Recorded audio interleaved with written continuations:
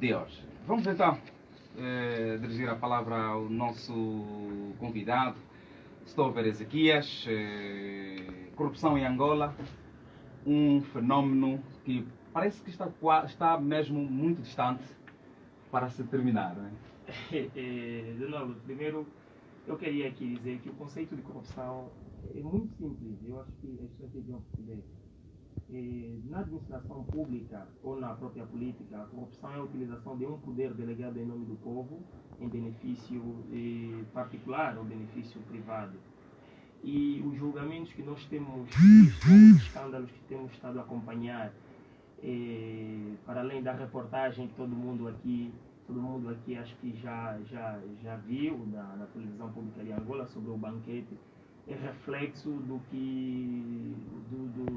nível de corrupção a qual Angola viveu ou está a viver. Mas, como disse, será que estamos muito longe de vermos este fenômeno ou esse cancro ser sarado? Eu acho que sim, mas estamos a dar bons passos. Quais são os passos? É a atuação mais ativa da própria justiça. Só o fato de vermos um julgamento de um ex-ministro do Transporte, de um ex-ministro da Comunicação Social, do Zeno dos Santos, do Walter Felipe, é sinal mais de que a justiça agora está com os olhos de ver. É sinal mais de que existe uma certa vontade por parte do governo em tomar medidas, ações relacionadas a essa política, porque de um tempo para cá notamos muita expropriação de coisas públicas a privados. E este fenômeno, essa ação ou esta atitude, essa expropriação de uma coisa pública, de uma coisa que é em prol da sociedade para particulares, desembaraçou um pouco, impediu um pouco aquilo que é o próprio crescimento e desenvolvimento econômico. E eu já disse, nós muitas vezes nós sentimos assim na pele, sentimos com exatidão as consequências que esta corrupção causou à nossa sociedade. Nós já ficamos escandalizados em ouvir que maior parte dos valores que foram cabimentados para o combate à malária foram desviados. É triste. E não havia responsabilização por parte dessas pessoas. Quem desvia um valor cabimentado para uma determinada área e, consequência disso, pessoas morrem, pessoas ficam sem acesso a determinados serviços públicos por conta dessa atitude, esses indivíduos deviam ser responsabilizados moralmente e criminalmente. Mas hoje a ideia da responsabilização criminal e responsabilidade moral já é um sinal de que já existe um certo distanciamento entre a própria justiça e o próprio governo, ou a própria política. Já existe uma certa vontade por parte do governo em tomar atitudes, em tomar determinação. Todo mundo aqui sabe que o Instituto de Gestão de Ativos e Participação do Estado é um instituto muito antigo, mas a atuação deste instituto, que é o IGAP, todo mundo as pessoas pensam que o IGAP é uma instituição nova. Nós só notamos agora a atuação do próprio IGAP. Quer dizer, esta atuação do IGAP agora, ou de 2018 para cá, é sinal de que há uma certa vontade, há um passo que já foi dado para o combate a esse fenômeno que muito tem assolado Angola. Será que o IGAP só começou a atuar agora porque notou que o caso de corrupção está cada vez mais a prejudicar o país? Até em 2018, num estudo de transparência governamental, sobretudo transparência internacional, em 187 países, Angola ficou na posição 167. Quer dizer, isso é sinal de que na região da ECDC, a princípio, da ECDC de corrupção e transparência, Angola é um dos países mais corruptos da SADC.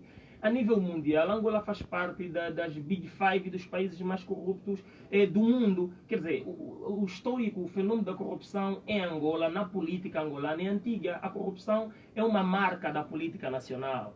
Quer dizer, nós sabemos que é mais fácil encontrar agulha no palheiro que encontrar um político angolano que não seja corrupto. Isso é antigo. Agora, o que faltou de um tempo para cá foi a vontade. Porque a vontade, o novo governo, o novo presidente da República adotou uma estratégia aqui de combate à corrupção, está a tentar levar a cabo este combate à corrupção, fazendo com que as instituições vocacionadas a combater, ou a fiscalizar, a acompanhar todo esse processo de corrupção estejam em ação, porque essas instituições já existem há muito tempo. As ações do INADEC, as ações da PGR, a Justiça, isso existe há muito tempo. Os processos de Manuel Vicente, os processos do Zeno dos Santos, o processo de Manuel Rebelais, são processos muito antigos. Os advogados, os juristas sabem muito bem que esses são processos antigos, mas são processos antigos que só estão a vir ao de cima agora. Por quê? Por causa da vontade que existe. Esta vontade veio por parte de quem? Eu particularmente, no ideia do Presidente da República. O Presidente da República é que determina, sobretudo os casos mais cabeludos, passa aqui o termo, que determina quais são os casos mais cabeludos que devem ir às barras do tribunal. Quer dizer, não me vão dizer que esta é a vontade da Justiça, porque a Justiça já sabia esses casos, a sociedade civil já falava, e é só para termos a noção que a ação da Justiça muitas vezes é fruto da pressão que a sociedade tem feito. Quando eu digo a sociedade, eu digo dos mídias, digo dos ativistas, das organizações não governamentais, ou seja, os grupos de pressão têm estado a desempenhar um papel fundamental ao que concerne as ações reais ou concretas da própria Justiça. Quer dizer, isto aqui é fruto da vontade do Presidente da República. Se é fruto da vontade do Presidente da República, podemos perceber ou está-nos dar a entender que mais do que estar a falar, agora está a ser uma realidade o combate à própria corrupção. Nós sabemos disso por quê? Porque a maior parte, eu digo sempre, uma das causas do nível elevado da própria crise econômica é fruto da corrupção, é fruto da própria impunidade, é fruto da falta de transparência que havia, da falta de responsabilização por parte daqueles que geria os recursos públicos. Quer dizer, tudo isso levou a esse descalabro econômico. É melhor tarde do que nunca, nos apercebemos agora, ou todo mundo agora mostrou, ou todo mundo agora sabe que vale a pena olhar com os olhos de ver essa situação da corrupção, porque já não dá mais. Porque mais do que provocar consequências internas, né, isso também, como já disse no princípio, descredibiliza um pouco a própria marca país, a própria marca Angola. É muito posta em causa as próprias políticas de Angola. Quer dizer, leva um pouco o cidadão a desacreditar um pouco as próprias instituições públicas. Se a gente não agir, se não tomarmos decisões, se a sociedade civil não intervir, se não denunciarmos, eu não sei onde é que nós vamos parar. Desacreditar do país, por exemplo, também podemos falar que prejudica, ou seja, este desacreditar, né, do país, o investimento estrangeiro, o estrangeiro. Exatamente, Donaldo, é assim, quando um investidor estrangeiro pretende entrar no mercado, ele tem atenção a alguns indicadores. Um dos indicadores que um investidor privado, sobretudo internacional, considera antes de fazer um investimento num determinado país está muito relacionado ao risco político e ao risco econômico. O nível elevado de corrupção está muito relacionado ao risco político. Quando um país apresenta um nível elevado de risco político, isso retrai o investimento. Quando um país tem um nível elevado de risco econômico, isso retrai o investimento. Quer dizer, até em 2014, já algumas empresas, sobretudo empresas asiáticas, saíram da Angola ou desistiram de investir no mercado nacional angolano por conta do nível de corrupção, porque não sabiam quem manda, não sabiam quem vem fiscalizar, não sabiam quem vem cobrar, porque hoje vem um polícia a pedir uma gasosa, amanhã vem um indivíduo do INADEC a pedir outra gasosa, amanhã vem um indivíduo da PGR. Quer dizer, as pessoas ficavam sem saber, afinal, como é que funcionam os processos em Angola. Essa ideia do excesso de burocracia influenciou também um pouco a forma como o poder esteve concentrado, dificultou um pouco a forma como os processos foram complexos, a forma como os processos estavam complexados, dificultaram um pouco o fluir da própria economia, o investimento, até o investimento dos próprios cidadãos angolanos em Angola. Para alguns angolanos era preferível fazer um investimento fora da Angola, num país mais transparente, num país mais flexível em termos de processos, num país com processos mais simplificados do que concerne a abertura da empresa, a criação do próprio negócio, que em Angola, porque em Angola é preciso fazer parte do partido A ou BOC para ter um processo flexível de criação e abertura de uma empresa. Ok, obrigado.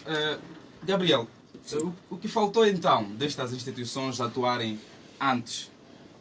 Por que não atuaram antes e só agora? Será que perceberam que é um assunto sério? Sempre foi um assunto sério, a corrupção sempre foi um assunto sério e acredito que todas as instituições ao nível do país e todos nós enquanto sociedade civil, porque vivemos todos dentro deste país, sabemos como é que são as nossas práticas, portanto isso não pode ser surpresa para ninguém.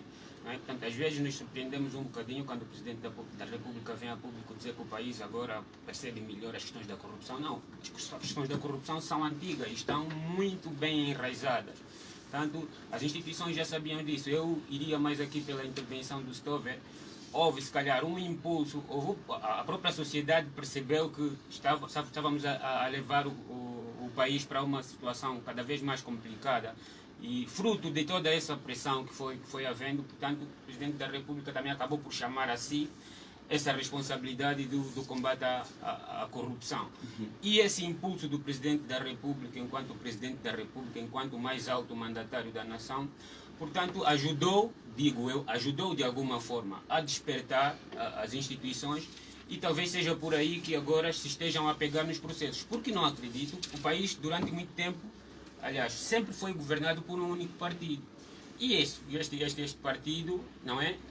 É o mesmo, as pessoas são sempre as mesmas, não é? E continuam a fazer aquele carrossel de sair de um posto a ir para o outro posto. Portanto, essas pessoas se conhecem muito bem, não é? Se conhecem muito bem e sabem quais são as suas práticas. Portanto, não é um caso de inocência, não é um caso de dizer que as pessoas estavam distraídas em relação a isso. É algo que é conhecido, o que faltou era uma atitude. Está uma voz de comando no sentido de que é preciso sanar isso, porque tem estado a derrubar o país conforme avançou aqui o Stover. O que queremos entender agora, aqui dos nossos convidados, nos últimos 3 anos fala-se muito do combate à corrupção. Como é que vocês consideram que o país chegou a essa situação e como é que avaliam a estratégia que o Executivo está a tomar para esse combate? No meu ponto de vista, a estratégia é a mais adequada de combate, porque, como já dissemos no princípio, o problema da corrupção é um fenômeno antigo em Angola e a sociedade civil já foi fazendo denúncias sobre escândalos de corrupção, mas parece que ninguém ouvia.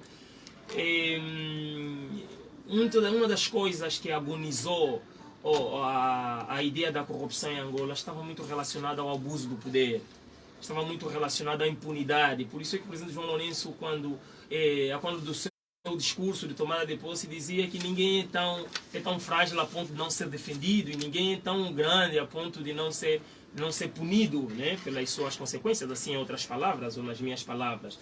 Então isso, de certo modo, omitia um pouco a situação da corrupção, impedia, fazia com que as pessoas o problema da corrupção não fosse combatido.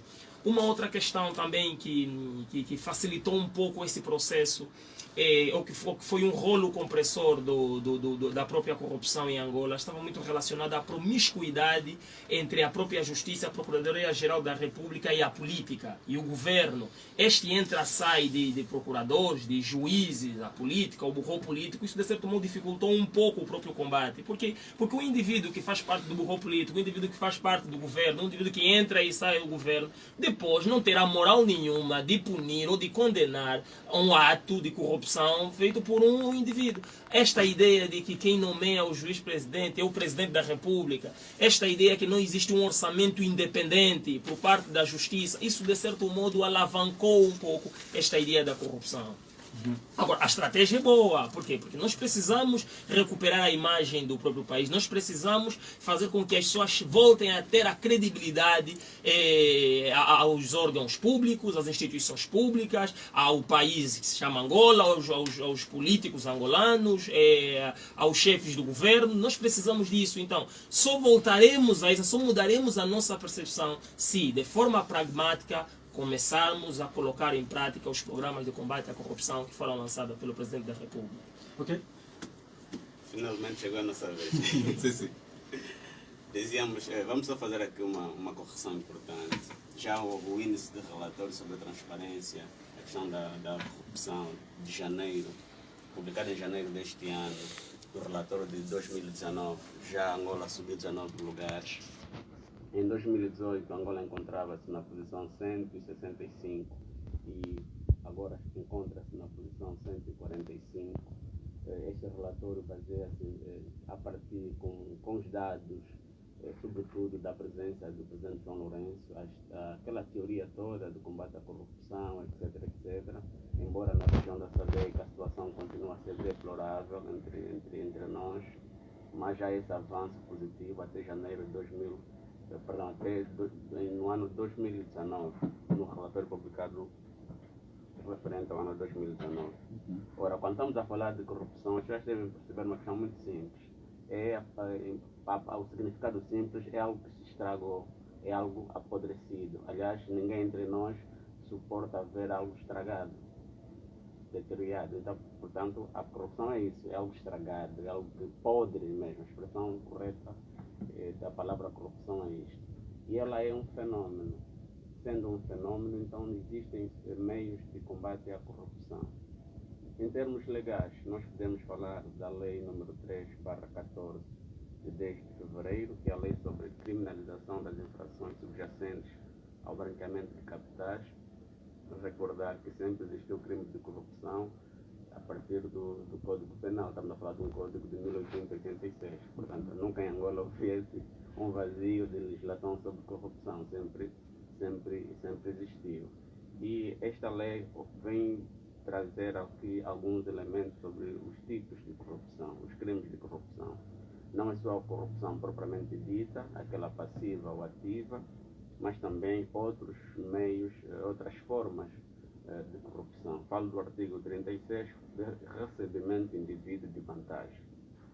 Por exemplo, fala-se também da corrupção passiva, o artigo 37, da corrupção ativa, artigo 38, da participação econômica em negócio, artigo 40, tráfico de influências, artigo 41, corrupção no domínio do comércio internacional, artigo 42. Portanto, a corrupção, nos termos da lei que fizemos referência, tem várias modalidades e cada uma delas vai abordar de forma significativa. No essencial, os elementos para o crime de corrupção têm a ver, por um lado, com a aceitação ou solicitação de recebimento de alguma vantagem que pode ser patrimonial ou não, que permitam sempre que o servidor público, no exercício das suas funções, faz com que a lei não seja cumprida e usa meios contrários à lei para a satisfação desse desejo. E ela também vai comportar a corrupção ativa simples, em que qualquer pessoa, por sua interposta pessoa ou por si mesmo, facilita com que esse servidor público seja induzido também nesta prática. E, doutor, desculpa, falando mesmo sobre as leis, nesse caso, em termos jurídicos, será que temos a legislação bastante para o combate à corrupção no país? Exatamente, nós temos a legislação, sempre tivemos, e é bom que isso fique assente. O fenômeno não é de hoje, aliás, os discursos políticos anteriores, sobretudo o presidente José Eduardo dos Santos, dizia que depois da guerra a corrupção era o segundo mal. Terminada a guerra, portanto, já sabemos quem está no topo da pirâmide em relação aos fenômenos sociais em Angola, que a corrupção sempre existe e a lei está para ser cumprida. Agora, a nossa maior preocupação é pensarmos que a lei resolve tudo. Esse é um dos grandes problemas que temos, de pensar que pronto, está tipificado qualquer comportamento. Olhamos mais para a questão repreensiva e não na questão preventiva. Esta questão de prevenção terá sido esse objetivo deste programa, no sentido de que possamos então, de forma responsável, transmitirmos aqui a questão da educação patriótica, cívica, permitir com que haja um modelo. Nós não damos um modelo de cidadão nem de servidor público. O critério talvez mais utilizado é a questão da filiação político-partidária. Talvez seja esse o maior critério, não sabemos se o mérito ou não. Portanto, o que mais nos preocupa aqui, além da questão da legislação, estamos a falar de molduras penais, por exemplo, que vão de 6 meses a 3 anos, de 1 ano a 5 anos. Portanto, isso aqui não resolve o problema, tendo em conta os efeitos que a própria corrupção traz na sociedade, a questão da pobreza, da miséria, da falta de escolas, enfim, é um sistema, os efeitos são dramáticos. Olhando para as molduras penais não resolve o problema, porque a pessoa pode cumprir atualmente metade da pena, tem bom comportamento, sai em liberdade. Quem morreu, quem ficou danificado por alguma situação, ficou. Por isso é que sempre avançamos que o modelo exato para a resolução desse problema é olharmos para o modelo de cidadão que queremos. Que tipo de servidores públicos queremos, que tipo de cidadãos queremos. É aquele que com um saco de arroz já diz que o governo fez muito. Portanto, temos que refletir profundamente sobre essa questão. Dizer também que, a partir de fevereiro, o novo Código Penal também traz já algumas inovações, transportou de facto alguns tipos legais da Lei nº 3/14 de fevereiro, mas deu aqui algumas nuances interessantes. Falo, por exemplo, do capítulo 4º, crimes cometidos no exercício de funções públicas e em prejuízo de funções públicas. Portanto, o legislador angolano já está a perceber que existem determinadas infrações que, realizadas por funcionários públicos em prejuízo da própria administração pública, e ela traz aqui vários artigos sobre esta situação. Só para recordar também, já denomina praticamente, já tipifica de forma muito mais concreta, corrupção ativa de funcionário.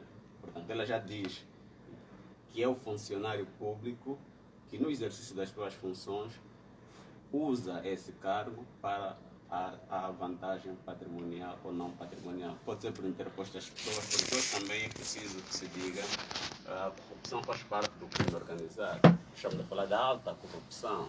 E as pessoas muitas vezes gostam muito de falar do agente policial. Discutimos muitas vezes efeitos e não causas. Nós temos que falar da alta corrupção, sim, também da baixa corrupção, mas analisarmos que a alta corrupção é feita de forma organizada, estruturada. É como se fosse um governo paralelo. E aí é muito difícil o combate da corrupção se de facto as instituições não forem fortes. Ok. E neste caso, ok? Neste caso, quais são as principais consequências que a corrupção poderá trazer ou está a trazer na sociedade angolana? Podemos estar a falar, mas antes de falarmos aqui das consequências, também queria só aqui acrescer ao que o Chipilica disse, que está muito relacionado à falta de literacia, quando falava do cidadão. Eu acho que literacia relacionada à própria odontologia profissional por parte dos servidores públicos, a literacia também relacionada à conscienciatização dos próprios cidadãos no que concerne à própria corrupção, também passiva. Isto de um tempo para cá foi também uma das causas da própria corrupção. E temos visto hoje em órgãos de difusão massiva campanhas de educação cívica de combate à corrupção, aquelas ações que o indivíduo chega a uma instituição pública, tenta dar uma gasosa para furar a fila e tal. Quer dizer, estas informações, esses conhecimentos, parecendo que não, são muito importantes para se combater isso. Mas isso para mim, desculpa cortá-lo, não é campanha de sensibilização do combate à corrupção. Não, mas é assim, isso faz parte do próprio programa de literacia. Quer dizer, nós, mas duas coisas são internas. Um ponto de ordem, por favor. Nós temos que saber diferenciar as situações e os fenômenos que atualmente temos. Nós em Angola, com a presença do presidente João Lourenço, traz um modelo de combate à corrupção. Mas atenção, temos que observar bem esse modelo de combate à corrupção, se é apenas para a sobrevivência do maioritário, do MPLA, ou mesmo o combate à corrupção para a institucionalização do Estado. Se repararem bem, salvo os outros, eu não conheço um modelo concreto, virado com sentido de Estado, de combate à corrupção. Eu acho que alguma coisa não bate bem. Esses programas de cinza, aquelas imagens... Esse para mim é um teatro, porque a educação, como se diz, deve começar no berço. E se queremos mesmo efetivamente combater a corrupção, temos que olhar lá para o menino que recebe o pão e não consegue partilhar com o irmão, ou dá-lhe o pão para o irmão. Já aqueles fenômenos parecem insignificantes no seio da família, que vão se transportar para a própria sociedade e depois dar-se para os atos maiores. Não obstante essa situação... Não, é que existem muitos métodos didáticos para dar a conhecer a determinadas pessoas determinados comportamentos nocivos à própria sociedade. E eu, quando falo da literacia, eu digo a falta de literacia ou a falta de conhecimento, de educação em relação à própria corrupção, o combate da própria corrupção, faltou de um tempo para cá. E hoje temos acompanhado nos órgãos de difusão, nos órgãos de comunicação em massa, algumas ações que visam conscienciatizar e dar a conhecer às pessoas que determinados comportamentos inserem-se dentro daquele pacote que nós chamamos de corrupção. Okay? Eu acho que o que nos faltou é conhecimento. Eu falava aqui que a corrupção foi institucionalizada pelos servidores públicos. Isso é verdade. E por uma questão de sobrevivência, a sociedade civil abraçou. Isso também é verdade. Mas faltou em nós a cultura de denunciar determinados comportamentos. Faltou em nós a cultura de ligar para o INADEC. Quer dizer, mas isso aqui é preciso ser ensinado. Será que não faltou incentivo por parte do governo? Exato, por isso que eu estava a dizer. Quer dizer, quem manda, quem devia introduzir isso nos métodos, quem devia instruir os órgãos públicos, a sociedade civil, quer dizer, no combate à corrupção, não obstante da família, não obstante da escola, o próprio Estado devia manifestar uma certa vontade que hoje manifesta. Quer dizer, nós podemos, só olhando para a televisão, olhando para as cartilhas que hoje nós vemos, mais do que as ações da própria Umunga e das outras organizações não governamentais, hoje nós já vemos ações, já vemos ações do próprio Estado que visam o combate da própria corrupção. Já vemos campanhas nas comunidades, no interior de determinadas cidades, a combater, a mostrar para as pessoas que determinadas práticas que antigamente eram recorrentes, hoje já não podem ser levadas em consideração porque constituem um crime. É aí onde eu digo da falta de literacia. Ok, relativamente às consequências, era sobre isso. Mas também é para não esquecermos disso. Sim. Mas não estou a dizer o contrário. Mas isso é mesmo educação para combate à corrupção? Ou um meio de sobrevivência? Chegamos a um extremo. Não, é que o combate à corrupção. Chegamos a um extremo em que era necessário abordarmos alguns assuntos para aparentar que queremos resolver. Repare, por exemplo, o que é que isso aqui já são percepções. Não, mas isso é lógico. Para aparentar, mas eu digo, estão preocupados em manter-se, não em governar regra em África, isso tudo. Quer dizer, isso já são outras coisas. Eu não sou aí por aí. Eu sou defendo. Não, nós temos que analisar as iniciativas são interessantes, mas essa iniciativa não será para a sobrevivência de quem governa. Quer dizer, eu olho isso numa outra perspectiva. Eu olho mesmo numa perspectiva. Olho mesmo numa perspectiva. Por exemplo, este programa, este projeto, insere-se dentro do programa da tal literacia, dar a conhecer. Nós estamos aqui a clarificar, a mostrar as causas, as consequências, nesse sentido. Existem outras várias formas. Isso não se viu muitas vezes.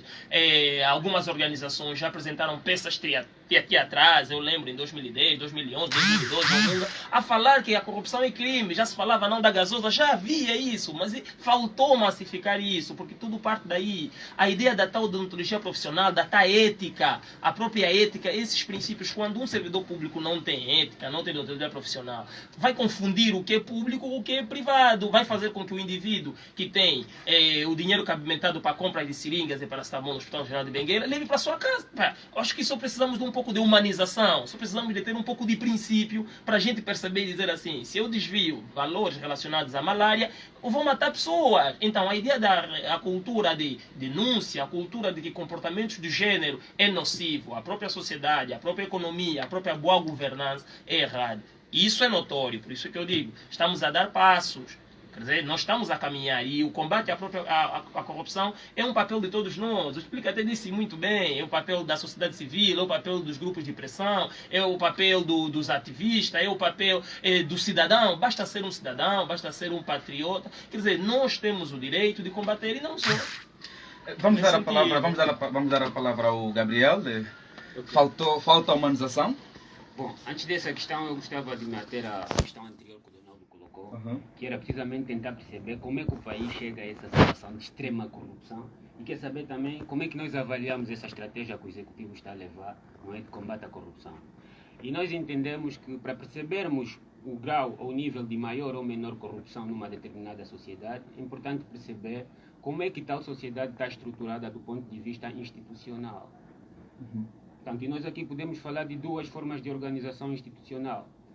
Podemos falar da adoção de instituições políticas e econômicas inclusivas, mas também podemos falar da adoção de instituições políticas e econômicas extrativas.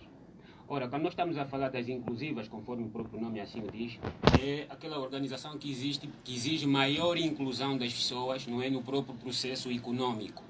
não é? É um processo na qual as leis são respeitadas, os direitos de propriedade são respeitados. Portanto, aposta-se seriamente no conhecimento, na educação, na inovação, não é? Promovendo-se então o crescimento e o desenvolvimento econômico do país.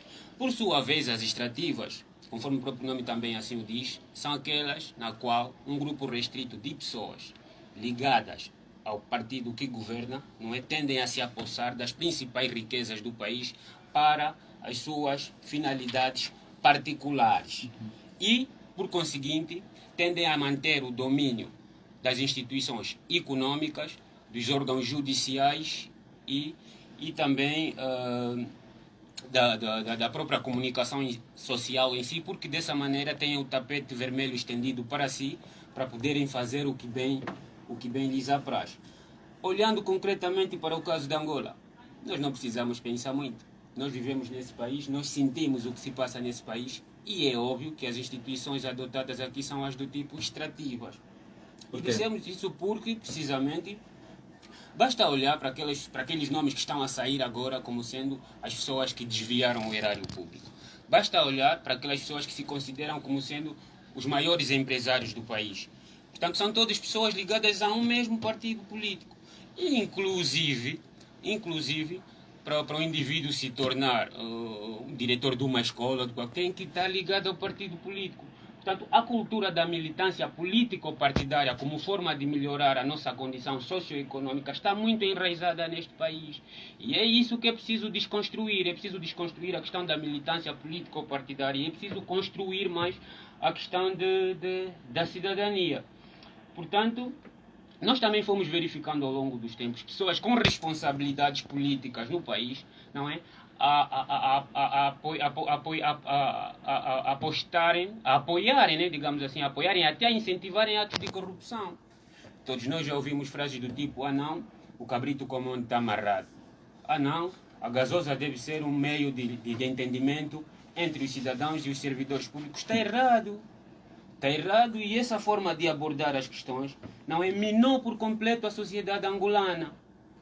E minou por completo. E está a dificultar de maneira muito séria o crescimento e o desenvolvimento deste país. Portanto, é a partir daqui que a Umunga entende que é preciso essa questão, uma questão muito séria ao nível da reeducação dos cidadãos. E quando nós estamos a falar da reeducação dos cidadãos, não estamos só a falar de questões meramente teóricas. Tá? Toda a gente pode perceber mais ou menos o que é a corrupção, tem uma ideia do que é a corrupção, mas as questões práticas, as questões do dia a dia, cada um de nós aqui tem que se questionar como é que eu, enquanto cidadão, não é, tenho reagido quando sou confrontado com casos de corrupção. Qual tem sido a minha atitude? Qual tem sido o meu proceder e como é que isso afeta diretamente a minha vida e a vida dos meus concidadãos? E a partir daqui, que tipo de práticas, que tipo de ações e que tipo de atitudes é que eu devo tomar para ajudar nesse tal combate à corrupção? Porque, em princípio, se deixarmos isso para um nível institucional mais lá acima, é lógico que as pessoas que se conhecem muito bem dentro do partido hão de proteger-se também. E tem agora o caso que se levantou recentemente do senhor Edeltrudes Costas, não é? Portanto, era importante percebermos o que é que realmente se está a passar. Nós, enquanto cidadãos, temos direitos de ter informações sobre esse tipo de situações para não deixar a ideia de que o combate à corrupção está a ser feito de forma enviosada, tá? Está a ser de forma direcionada. Portanto, é importante aqui que se faça, mais uma vez, a Umunga reitera que se faça de forma séria, de forma célere e de forma desapaixonada de questões político-partidárias. Em relação à estratégia, como avaliamos? Bom, a Umunga acredita que ainda é cedo para avaliar de todo esse processo, não é? É muito cedo, principalmente porque ainda nos faltam mais informações. Nós não temos estado a receber informações de quem são as pessoas que desviaram o erário público, como fizeram isso, que caminhos percorreram para que o dinheiro, não é, tão avultadas somas em dinheiro, pudessem sair do nosso país para fora. Portanto, é preciso compreender esses fenômenos. E deixem-me só dar um exemplo.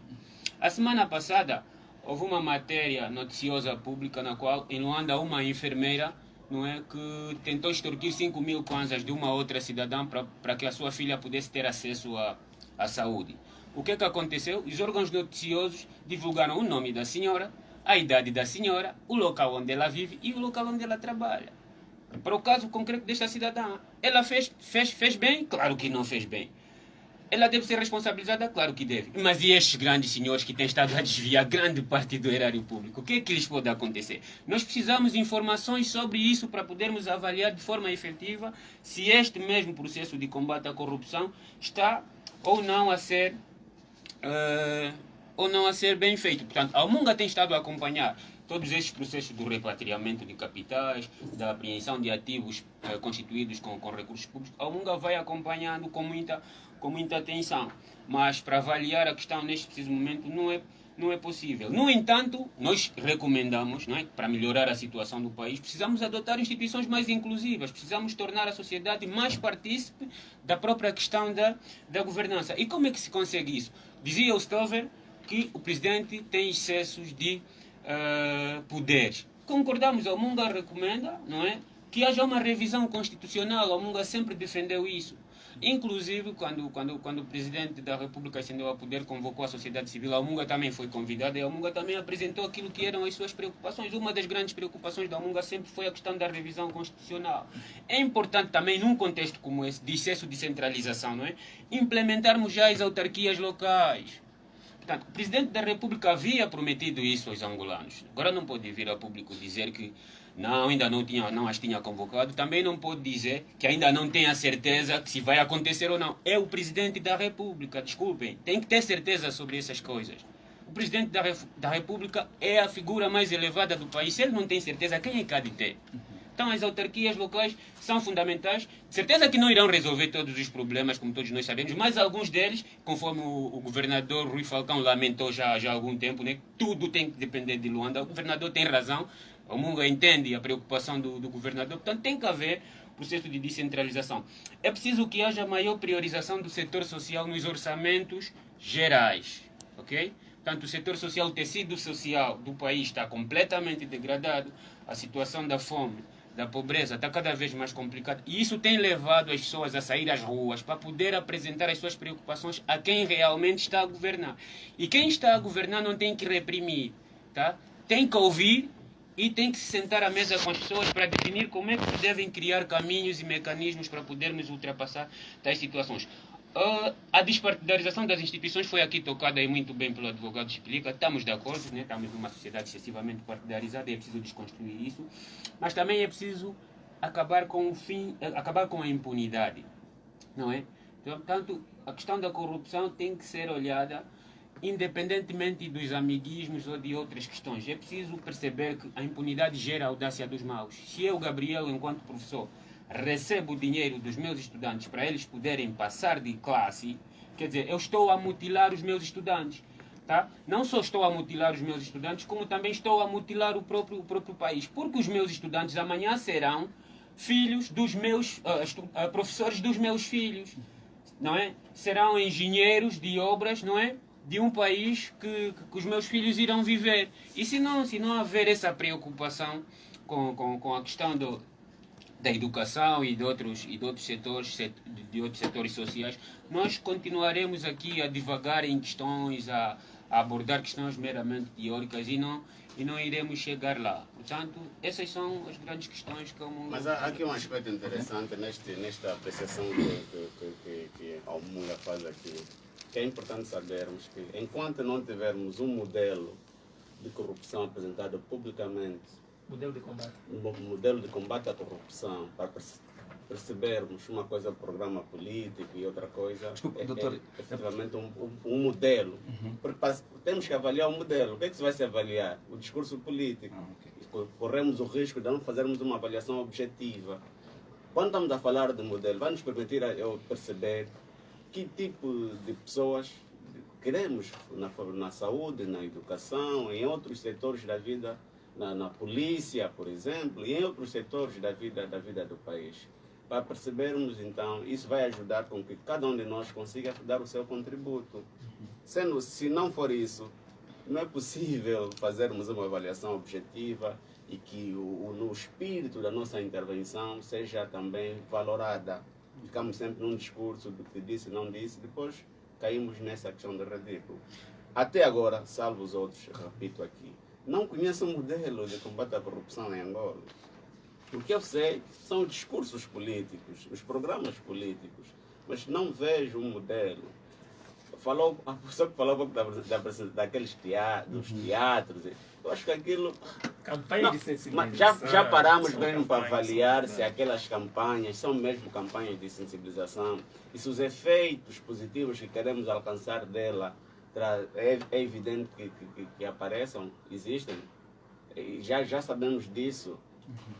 O que é que o IGAI, às vezes o SIC fazem? É um cidadão, é reprovável de fato. Ele recebeu uns 10 mil kwanzas. É verdade que isso existe, mas a grande corrupção está onde? Por isso é assim, a corrupção em Angola tem mais de 40 anos. Tem. E o Mas atual... atenção, como dizia Paulo Flores, nem todo rico rouba. Isso, Sim, é importante sim, dizer. né? Quer dizer, eu quando falo Temos que da perceber corrupção, eu falo da corrupção na administração pública ou na política. Sim, tem mais de 40 anos. E o atual governo tem menos de 5 anos.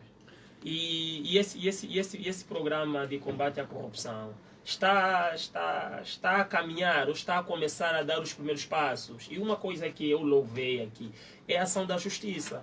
Quer dizer, eu acho que nós aqui, o Romeu, o Dr. Chipilique, nós, há 10 anos, não passava a ser... Era uma miragem ouvir dizer que o ministro está nas barras do tribunal, que o diretor provincial está nas barras do tribunal. Nós nunca vimos um ministro a ser detido, nós nunca vimos um ministro ou um deputado está a ser interrogado pela PGR, nós nunca vimos. Mas agora nós temos notado... Já existiam, agora não.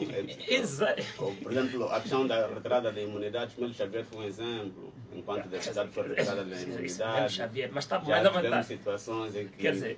servidores do Serviço de Imigração Estrangeiros responderam judicialmente. Sim, quer dizer, nós temos governadores responderem em juízo.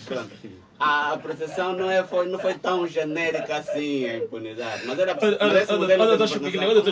hoje, Manuel Rebelage, hoje, Manuel Vicente, hoje, Zeno dos Santos, Walter Felipe, hoje, o ex-ministro dos Transportes, é inédito. É um sinal de que a justiça está fazendo alguma coisa. É um sinal de que a ideia do combate à corrupção está a ser uma realidade. Agora é um processo. Eu também... Mas não está dizendo que isso não vale. Sim, exatamente. Antigamente o que víamos é o coitado do polícia que recebeu 100 kwanzas a ser filmado. O coitado do... Não, isso não. Nós estamos a falar de personalidades, de indivíduos que tinham rei na barriga, passo aqui a expressão, que tinham todo o poder, que mandavam, faziam, que nada acontecia. Mas hoje a ideia da impunidade está a ser desconstruída de forma paulatina. E eu acredito, eu tenho esperança, eu acredito que isso vai continuar.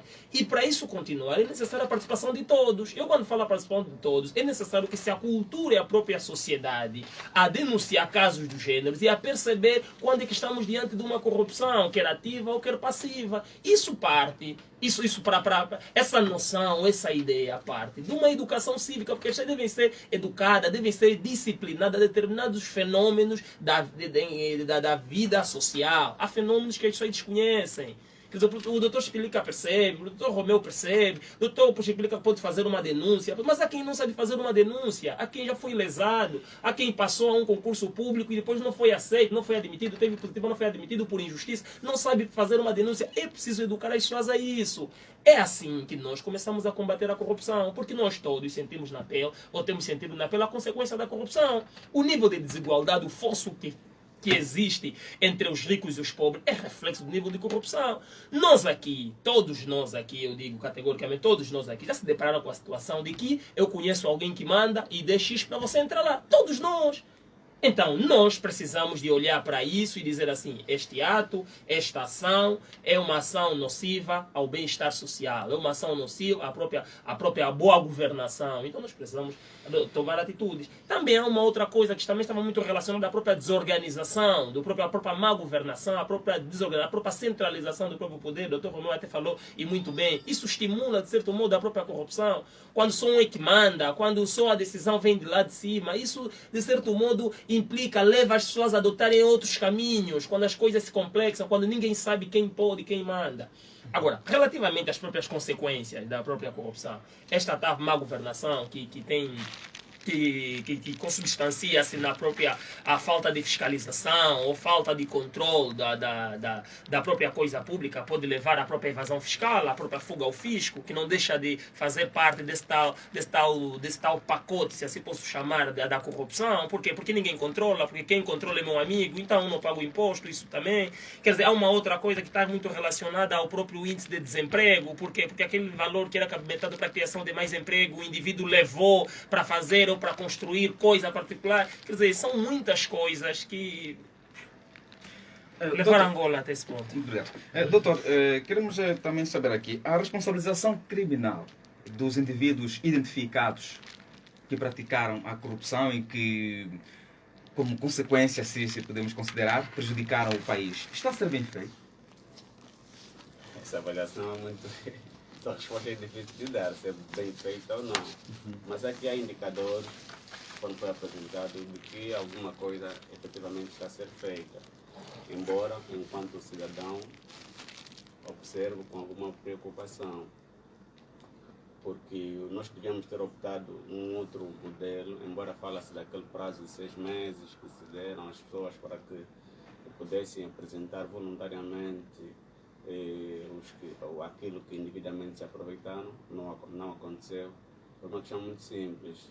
Essa questão da impunidade e de pensar que o país entendia-se que tinha donos. E era muito difícil em 6 meses, olhando também, pensando que foi um plano condenado ao fracasso. Porque era preciso perceber que foram muitos anos, conforme os próprios denominaram, de banquete.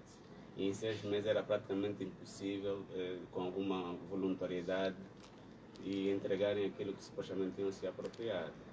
Por isso é que fazer uma avaliação de como o modelo está a ser feito, houve um erro no passado, que vai ser difícil recuperar esse erro, porque agora estamos na questão da coercividade, do uso da força da lei. E este uso da força da lei implica necessariamente que os meios de investigação criminal devem estar adequados, superiores ao nível da organização criminosa, que também não temos. Por um lado, falta de recursos humanos suficientes que permitam com que efetivamente os crimes sejam esclarecidos. E, por outra, faltam também meios técnicos que poderiam auxiliar nessa situação. Esses dois critérios, com deficiências que temos hoje, é praticamente impossível. Só para terem uma ideia, o crime organizado permite os links do dinheiro, seja em paraísos fiscais. Eu tenho uma participação numa empresa, desta para outra. Portanto, há um sistema muito bem estruturado de organização de crime que, se os órgãos não estiverem com meios necessários para combatê-lo, fica muito difícil. Nós estamos a sentir essas dificuldades, embora a PGR não traga publicamente, mas já no início deste fenômeno apresentaram essas dificuldades, sobretudo a questão dos crimes econômicos. Então fica muito difícil avaliarmos se é de forma positiva ou negativa aquilo que efetivamente está a ser feito. Há aqui alguns sinais. Pensamos também, a generalidade das pessoas entende que todos aqueles que roubaram, como se conseguimos indicar assim, esse é o fulano, mas caímos sempre no populismo, não conseguimos de determinar quem. E o processo penal não se adequa ao populismo. As provas devem ser acareadas, devem ser trazidas ao processo, deve existir um processo. Apesar de recaírem indícios de cometimento de crime, é cidadão, ao princípio da dignidade da pessoa humana. Portanto, há valores humanos, os direitos humanos que essas pessoas têm. E isto requer, num Estado democrático de direito, uma eficácia dos servidores, sobretudo ligado à investigação criminal, à Procuradoria-Geral da República e aos cidadãos, com um nível elevado de conhecimento e com um caráter de denúncia. Porque há países, por exemplo, se eu me aperceber que o meu vizinho não paga imposto, eu sou o primeiro a denunciar. E quando eu for a denunciar, o servidor que tomar conhecimento da informação não vai dizer ao vizinho que o teu vizinho AB que trouxe a informação. A questão também da ética e da deontologia que falamos aqui nas profissões. E a questão de servir. Porque muitas vezes o perfil, às vezes, de ascensão patrimonial ou política permitiram que as pessoas dissessem: não, então o meio mais eficaz não é a meritocracia, é usar outros meios fraudulentos para a ascensão política ou patrimonial. E os exemplos que tivemos não ajudaram muito o país. E hoje diríamos então que somos todos culpados, quer autores materiais e morais ou cúmplices sobre aquilo tudo que assistimos aqui. Porque durante muitos anos estes fenômenos aconteciam, embora a Associação Munga e outras organizações de sociedade civil, pessoas singulares, há muito que denunciavam essas situações, mas não foram tidas nem achadas, e hoje temos esse problema. Agora, o que devemos recomendar aqui é termos um modelo próprio que permita nós avaliarmos, sobretudo virada para a educação, porque não podemos falar de combate à corrupção quando o outro também não tem o mínimo para comer. Estamos a falar amanhã Natal e sabemos que efetivamente, infelizmente, muitos dos nossos concidadãos não têm nada para o Natal. O Natal vai ser para eles um dia insignificante, um dia de penúria, um dia habitual, e infelizmente não poder ter o mínimo para a sua sobrevivência. Isso deve estar na consciência de quem é servidor público, quando tem sobre si gestão financeira, olhar para aquilo, o que é que eu quero do país, qual é o modelo de país que quero, como é que eu faço para desenvolver. Mas isso é uma questão de consciência, que temos alguma dúvida que com essa geração de governantes vamos chegar lá. Okay. Teríamos talvez um dilúvio, resolveríamos esse problema e começaríamos do zero. Muito bem. Vamos dar a palavra também ao Gabriel. Gabriel, qual deve ser o papel da sociedade civil no combate à corrupção? Ok, obrigado, Donaldo. Mas antes dessa questão, eu também gostaria de me ater aqui em relação às causas e consequências. Portanto, não podia sair daqui sem poder tocar em algumas coisas. Né? Muitas das coisas o Dr. Chiplica e o Dr. Stover já aqui avançaram, mas eu gostava de me ater essencialmente em relação às causas na questão da ineficiência dos serviços públicos. Isso é uma das grandes causas, porque quando o serviço público não é prestado na sua plenitude, não é? O cidadão é obrigado a buscar outros caminhos para que aquela questão que ele pretende ver resolvida seja feita. E muitas das vezes os entraves ao nível da administração pública são colocados de forma propositada para que o cidadão, cansado de ir em busca daquele serviço, opte então por retirar do seu bolso recursos para ver a sua vida mais facilitada. Então é importante que se melhorem os serviços públicos, que é importante inculcar valores e princípios aos funcionários públicos. Não é que eles não os tenham, mas que os apliquem. A péssima remuneração dos funcionários públicos. É importante refletir sobre isso. Reparem lá no contexto que estamos a viver. O Dr. Chiplica levantou muito bem essa questão. É Natal, mas não temos nada. As pessoas trabalham 30 dias por mês e, no entanto, têm salários de quanto? E quanto é que está o saco de arroz? Quanto é que está o bidão de óleo?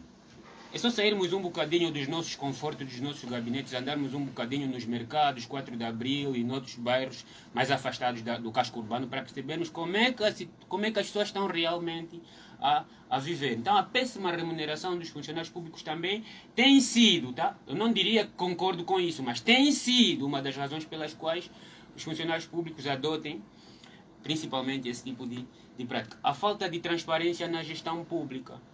Portanto, se o governo não está a partilhar as informações do que é que está a ser feito, como é que está a ser feito, nós os cidadãos não saberemos como avaliar, como monitorar isso. Logo, quem está a gerir vai fazer as coisas como bem lhe apraz, porque a partir daí não está ninguém a acompanhar o trabalho dele. E por outro lado temos a questão da incoerência dos discursos políticos. Né? É importante termos discursos coerentes. É importante termos líderes que fazem o que dizem. Porque a única pessoa que tem que dizer façam o que eu digo e não o que eu faço é Jesus Cristo. E tem uma natureza bem diferente da nossa.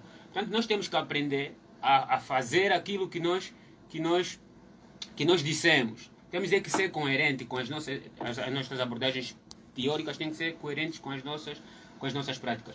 Em relação às consequências, há aqui uma grande inversão de valores. Hoje por hoje, se você é servidor público e você não está a conseguir tirar rendimentos daí, as pessoas vão te chamar de burro, permitam uma expressão.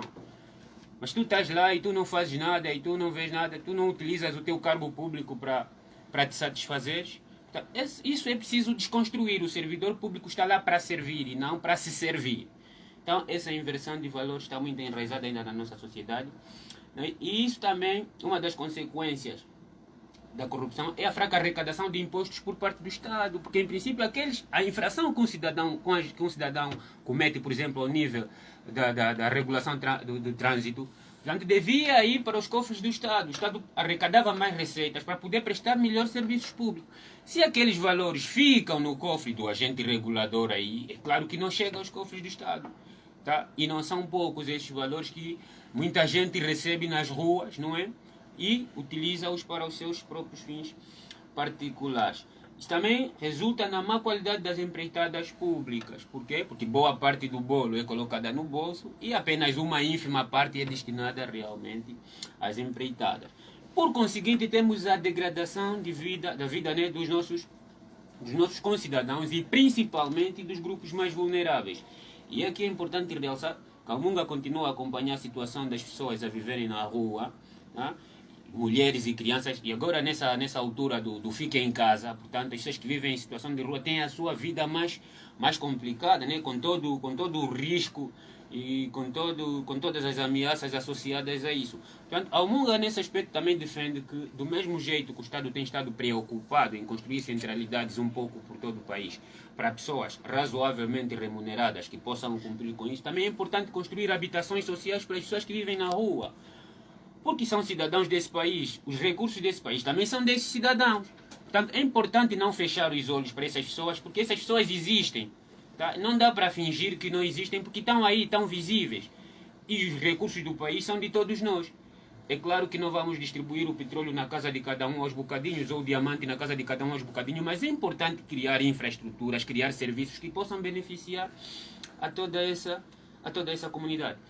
Colocou uma questão do papel da sociedade civil. Bom, nós já falamos muita coisa sobre isso, mas gostava de reiterar que a sociedade civil tem esse papel também, que é a questão da moralização da sociedade civil, como parceiros do Estado, devem ajudar na moralização da sociedade.